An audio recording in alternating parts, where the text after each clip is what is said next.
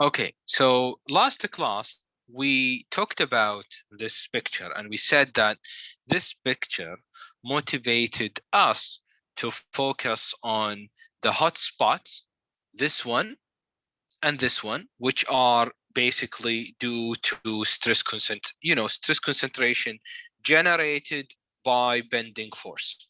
Okay, and the bending will cause tension and compression. And then we saw the third spot, critical, which is right here. And this one is due to the contact. Okay, this of course motivated AGMA to develop the stress relation due to bending over here, and then the stress relation due to petting, which is coming from the contact stress. Now, what are we going to do in a minute is we're going to go over these parameters. Now, I want you, ya shabab, I may spend like few minutes to give you some side yet important lesson over here about these relations. I think the iPad is working, so let me stop sharing over here. And now I'm going to share my screen through the iPad so I can do some marking. I can use my hand also to write. So let's wait for it. There it is coming up. Okay, so what I want you to understand is this.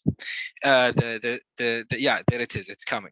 This kind of equation, this kind, is called empirical relations. Now, what does this mean? We have to be very careful over here. When we develop engineers empirical relation, we are not like physicists or scientists, other scientists like mathematicians.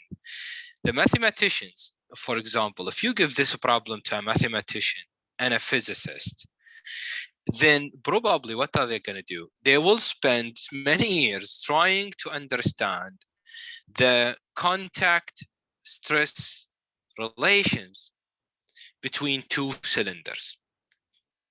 And then they will try to add maybe one tooth for each cylinder. Then they will try to see what happens when there is bending and try to merge the two equations.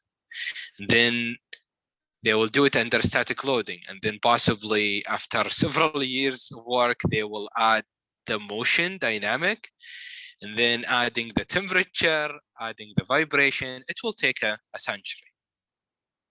Maybe. And maybe even it won't fly. Why? Let me tell you this. I am a solid mechanics guy. Okay?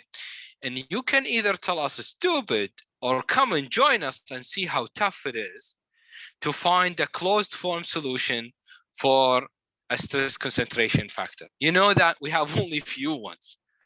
Like one of the most famous solutions is the elliptical. If you have an elliptical hole, we can find the exact stress around it using mathematical relation. The rest are empirical relations. Now, as I said, you may call us stupid, but you are most welcome to come and prove that. It's so tough. There are tons of mathematicians and engineers, and they're trying to work on this problem, but it is so challenging. Finding the stress around like unsymmetrical or non-smooth geometry is so challenging. So engineers are practical people. They say, you know what, mathematician and physicist and whoever wants to derive the equation for gears, we don't want to do that. We understand the mechanics of material. We understand the material behavior. We understand failure, and we have some relations. So for example, if I want to understand what happened when the gear geometry of the tooth comes from spur to helical to worm, I will try to bring up the modulus of the moment of inertia. When there is loading shifted from the sun, I will bring the equation of mc over I. So those are fundamental relations, and we are going to use these fundamental relations and try to improve them in a way which is based on mechanical engineering, which are related to temperature, dimension, modulus, and others, which are all physical quantities.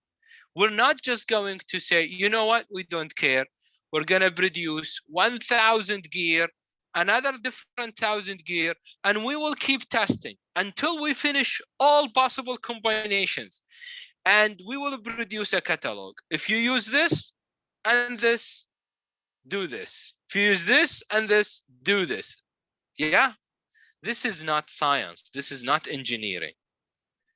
You mean going and producing results again and again and again and again and again just to try all possible combinations? This is not. So what did we do? We said, no, we understand that, for example, that in this kind of mechanics, creep may not be a very significant issue. So there is no factor here for creep. We understand that maybe we can express things in terms of stress, not strain. We understand that.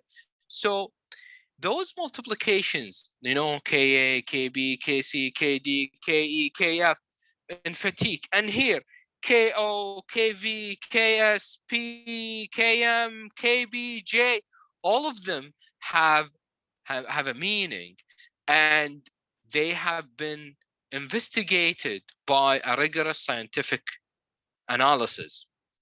And this equation, whenever you see it, it's not derived. There is no derivation. Didn't you see it?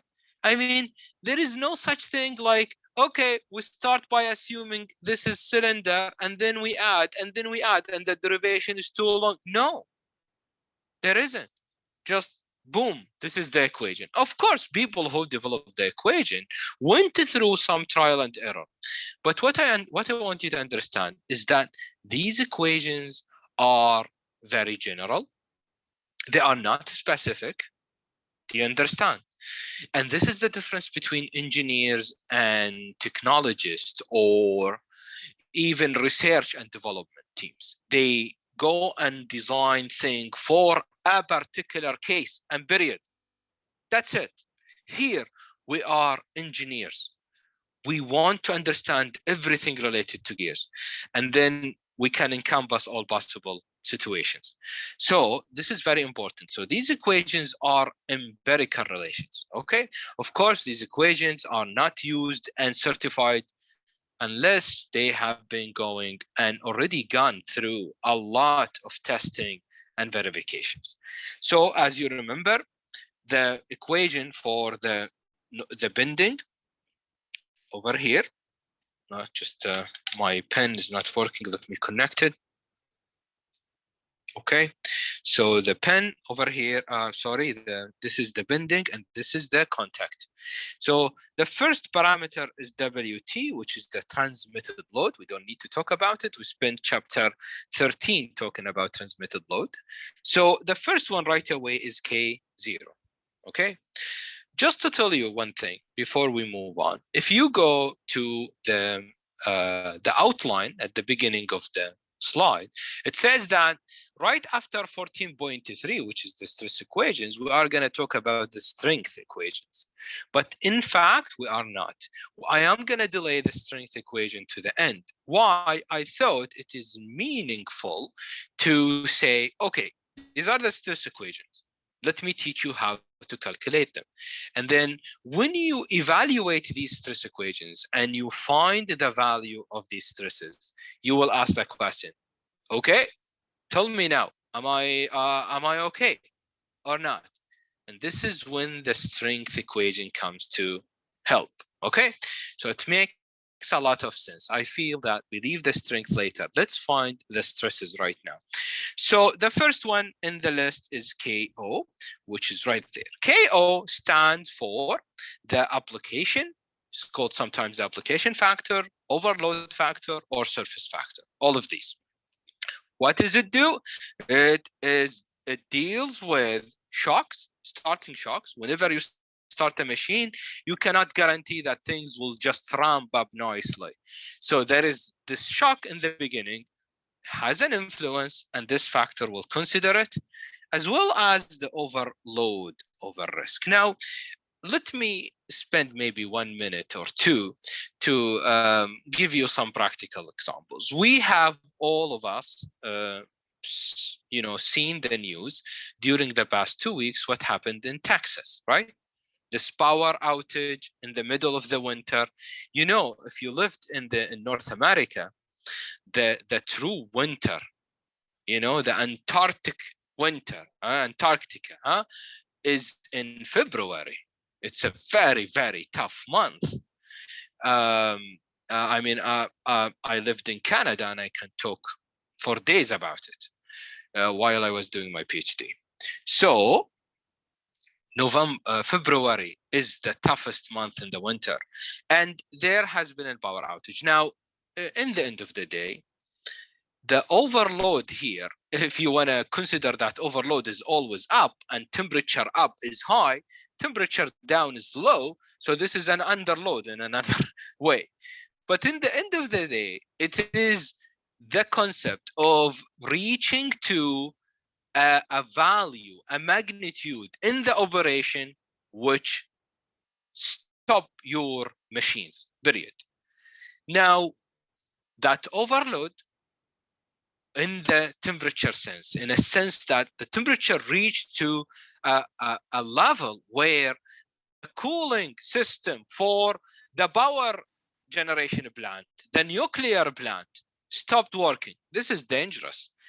And let me tell you a more tangible example. In the year 2000, if I am not mistaken, it is very famous, either year 2000, 2002, I really forgot. There was a power outage, and it was in July, if I'm not mistaken, which is right away in the summer. And it wasn't in Texas. It was, I think, more toward Michigan, New York. And it was between the border between Canada and the United States. Now, what happened is this. In the power plant, and it was all nuclear, the power reached to a peak, an overload, for some reason. There was a spike.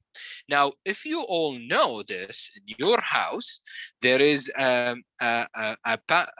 what is it? An electrical panel where there are the switches to switch off breakers, right? To break the electricity going to certain places, rooms, AC.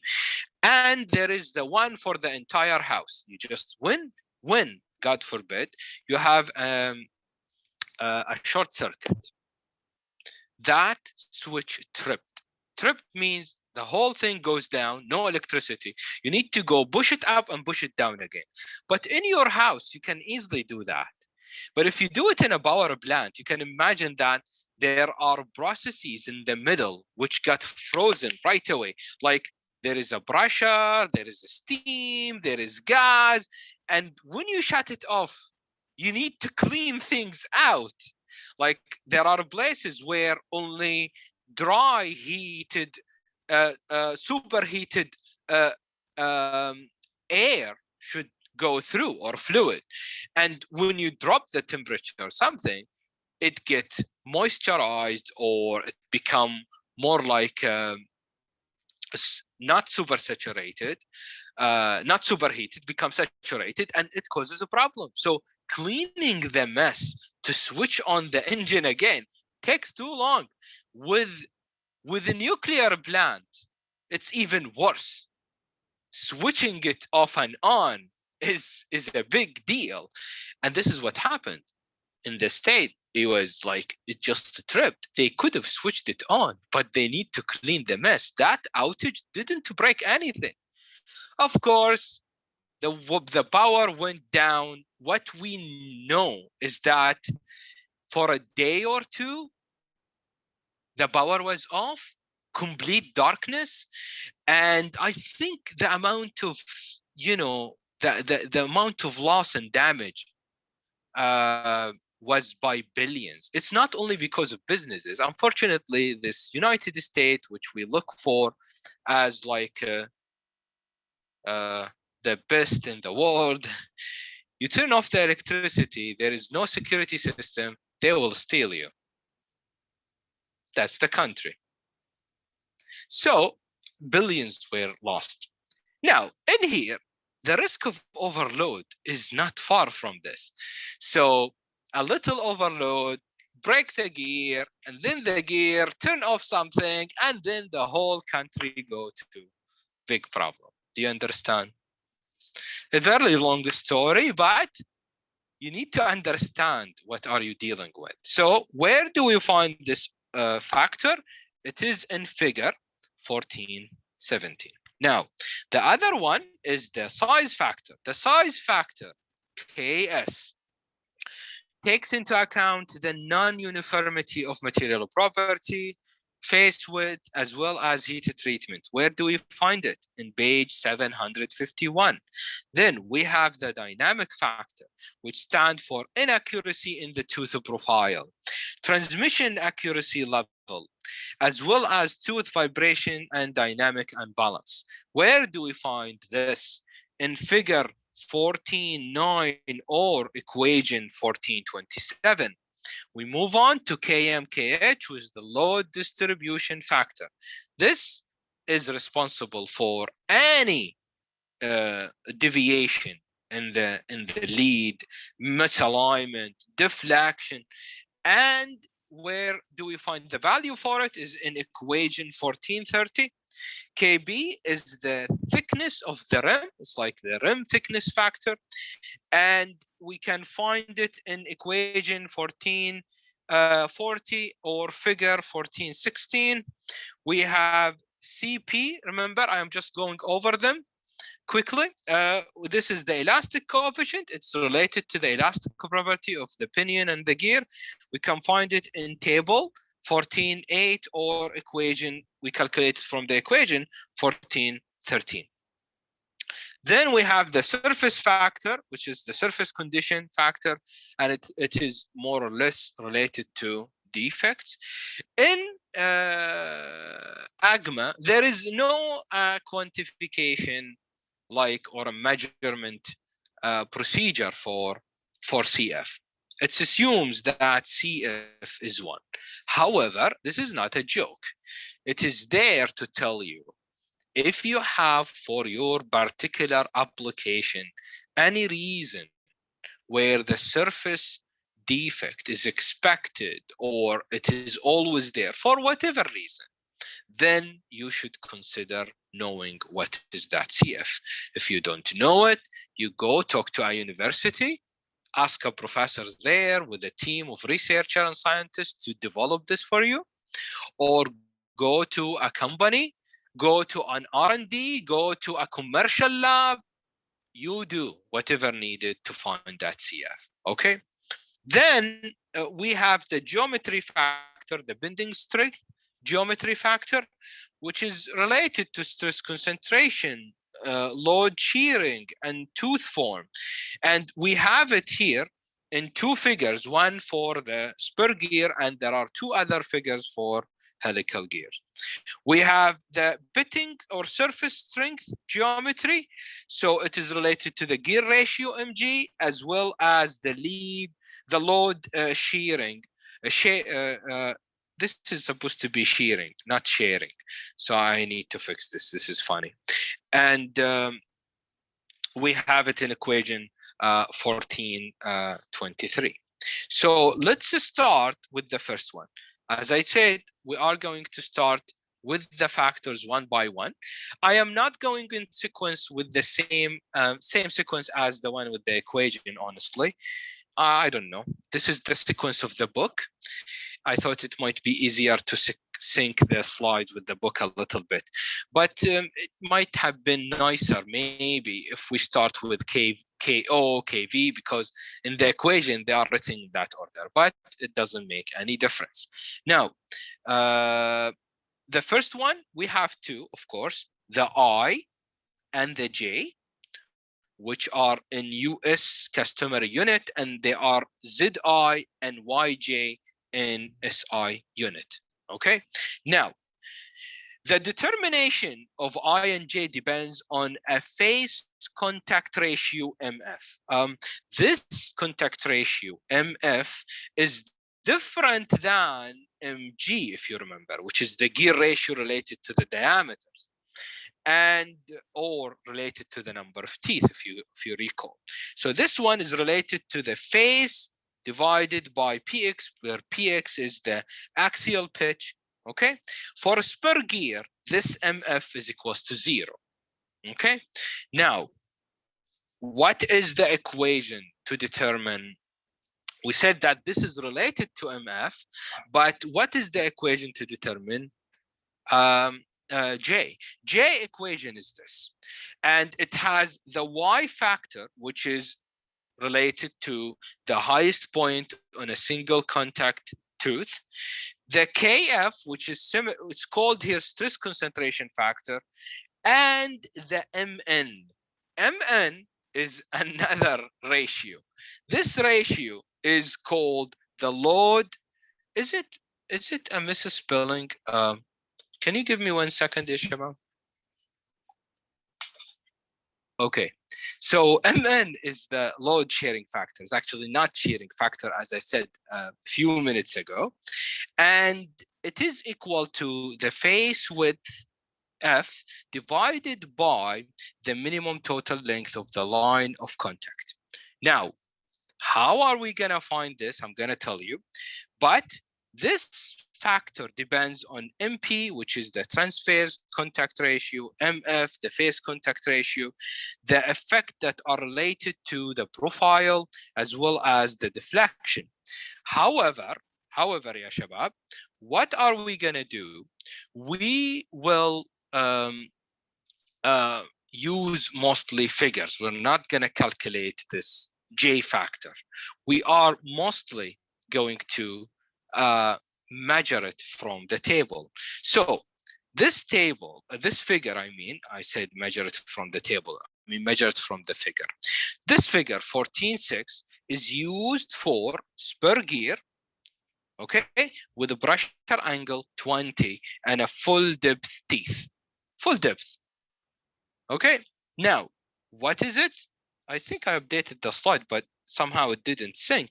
So, but anyway, this is the figure. So let me show it to you. I think now it is big enough. Now, if you look over here, what do we have? In the x-axis, we have the number of teeth for the gear that we would like to find J for. So it doesn't matter. Is this the pinion? Is this the pinion, or this is the gear? This is the gear that we want to find J for. So let's say that this is the pinion, and it has a number of teeth is 30. So this is 30 over here. Okay. Now, then let's say that this pinion is mating with a gear which has a number of teeth like 50. Okay, so 50 is right there. This is the 17, 25, 35, and this is 50. There you go. Now, that contact over here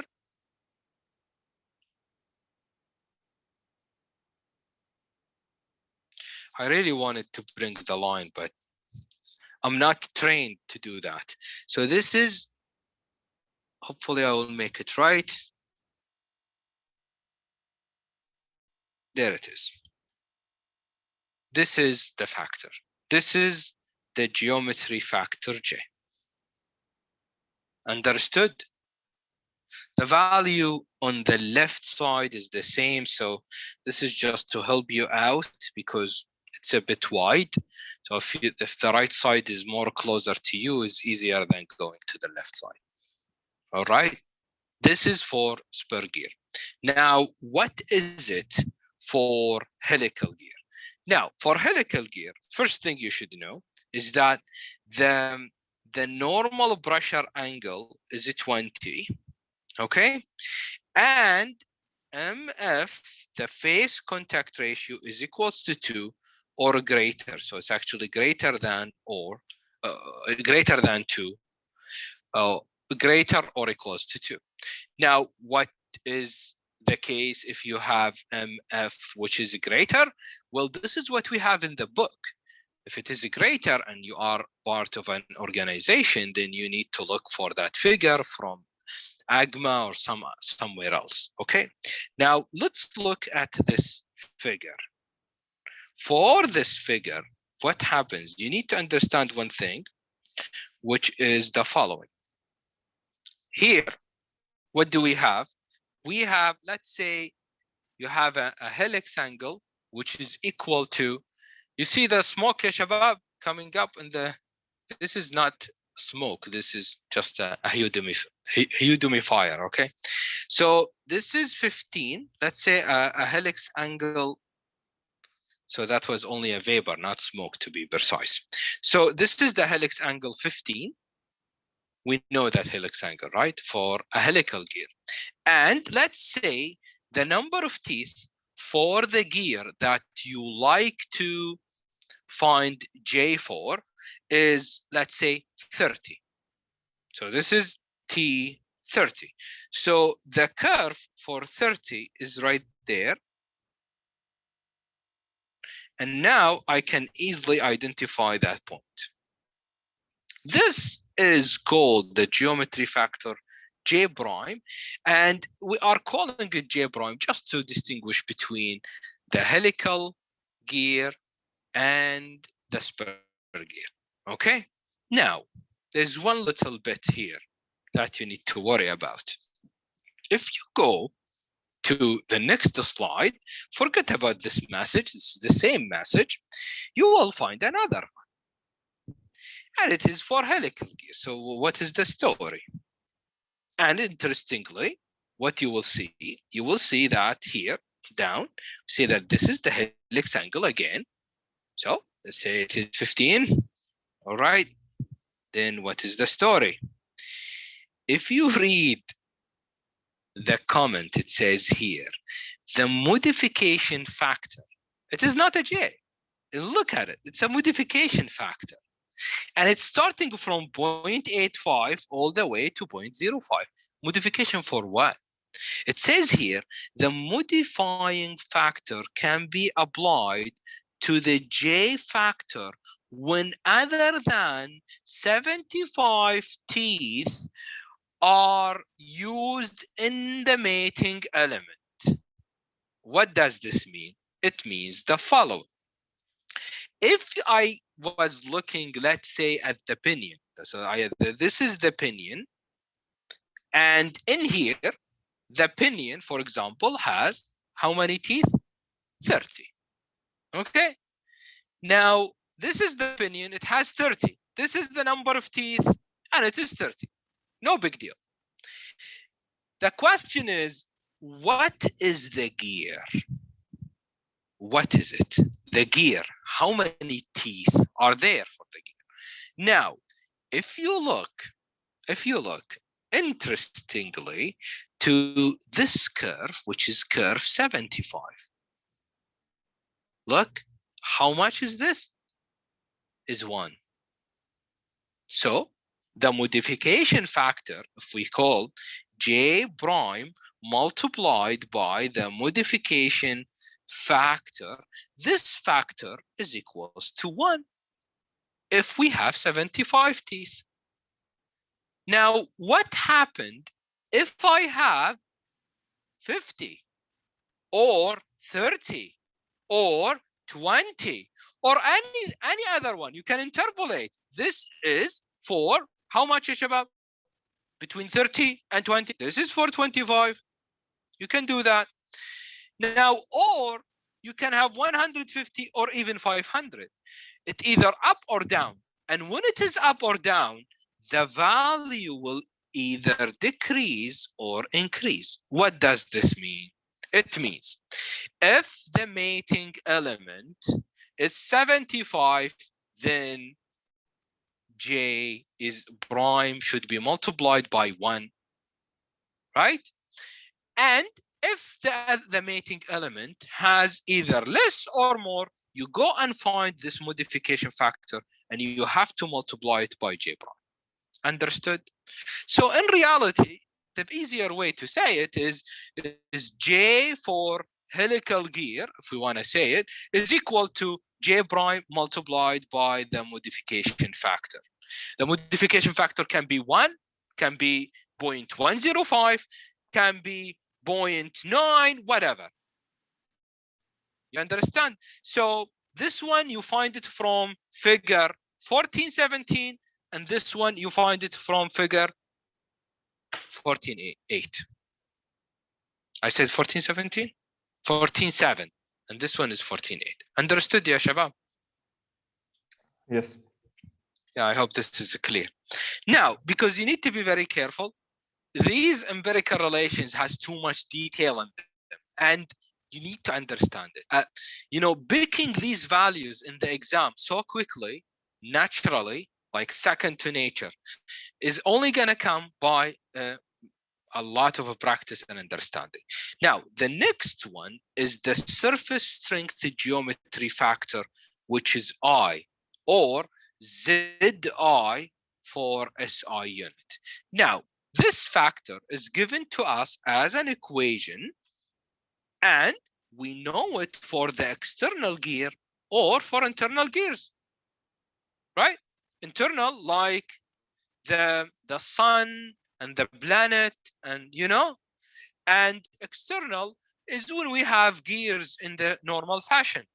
Now, the equations are given to us, and if you look at them carefully, they are function of phi t, phi, sorry, only one phi, which is the pressure angle. Okay, and we have mg, which is very known, you know, the gear ratio, and we have a new one, which is mn, which is the load sharing angle, right? The one that we talked about. Now, the load sharing angle, okay, is equal to 1 force per gear. Okay, this one, did I sharing ratio? Sorry, the load. This is not shear.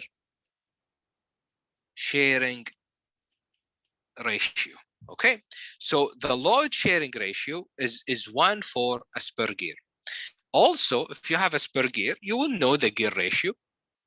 Yeah, the diameter, the ratio between the two diameters, or the ratio between the number of teeth, and this one is the pressure angle. In a helical gear, we have two angles, phi t and phi n. Now here it is written as phi. Remember, if you got spur gear, you will find it only phi. There is no phi t, there's no phi n, but it is the same as the pressure angle for spur gear. We'll have an example and you will make that distinction, inshallah. Okay. Now, the question is, what is MN? This load sharing ratio. What is it for a helical gear? Because for a spur gear, it is equals to 1. For helical gear, it is equal to P in capital divided by 0.95 multiplied by Z. Okay. Now, what is P in capital? It is equal to the Pn small, which we talked about in chapter 13, the normal circular pitch, multiplied by phi n, which is the normal pressure angle. Okay, which is phi n, the one I talked to you. This is only in helical gear where we have phi n and phi t. Now, how about it? Z is only function of the geometry of the teeth and phi t, which is the transverse pressure angle. Okay, and it is, we have RB and we have RG. What are these? This is the radius of the pinion, and which is the pitch radius of the pinion, and the pitch radius of the gear. We have also RBP and RBG. What are these? These are the base circles, radii, for the pinion and the gear. And the equation for the base circle is this, is the radius, which is the radius of the pitch circle. This, I brought you this. This is the pitch circle, and this is the radius of it, and then multiplied by cosine phi t. Understood? Yeah. Now, I still have to find, honestly, I didn't put the note about A. Let me bring it up, tell you here. So the A is a factor that account for any misdimension in the cut of the teeth. So as per the textbook, it says that if the profile is if the tooth profile are not conjugate below the base circle, then what happened is that we will have to account for the factor, which is A, to consider that, just in case if the teeth went below or above the conjugate zone or the involute. So sometimes it says that this can happen due to removing the removal of burr or rounding of the tooth. So you can, it says that basically you can use an effective diameter or this radius, all of it, RG over plus A and RB plus A.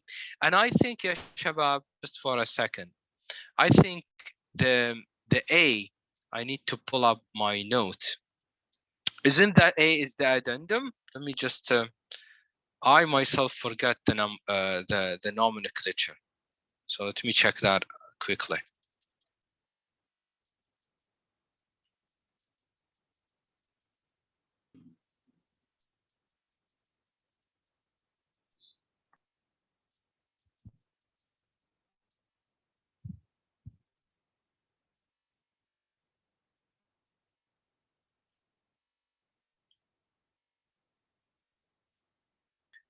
Yes, ya shabab. A is the addendum. So you know it. We don't. I will try in the next time to update the slide, and I will write the note for it so you don't forget it. Okay.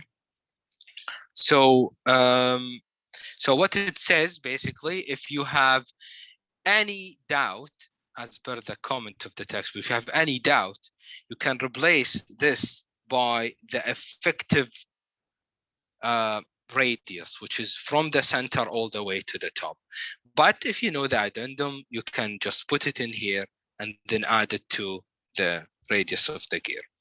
The last part that we're going to talk about, hopefully we can cover it quickly within the next 2 minutes, is the elastic coefficient factor, which is CP. The elastic coefficient factor is as easy as it sounds.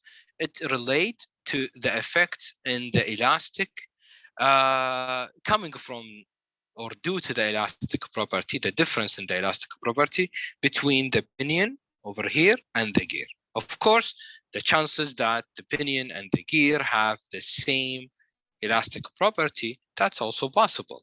But we know that the most important or fundamental elastic properties are the modulus of elasticity and the Poisson's ratio nu. So the equation is here for CP. And you see that this is the Poisson's ratio for the pinion. This is for the gear squared divided by the modulus of elasticity for both. And don't forget that there is a square. Now, just to tell you, I brought up the table from the appendix for you, which is, table 8, the moduli for many materials, as well as the Poisson's ratio, okay, for these one. Now, also in the book, table 14.8 list the pinion material with respect to the gear material, and if you match this with this, you will get the value of the CP, either in US unit, which is PSI. The unit for CP is square root of PSI or square root of megapascal. So this is matching the value between the value of CP if you have a steel gear and a steel pinion.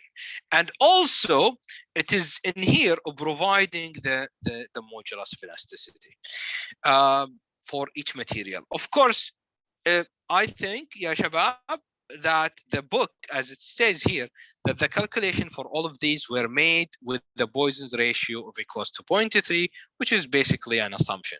There are differences in the Poisson's ratio between these materials, but this is the table. It was estimated based on the assumption of Poisson's ratio equals to 0.3. I think I reached my time over here. I'm sorry.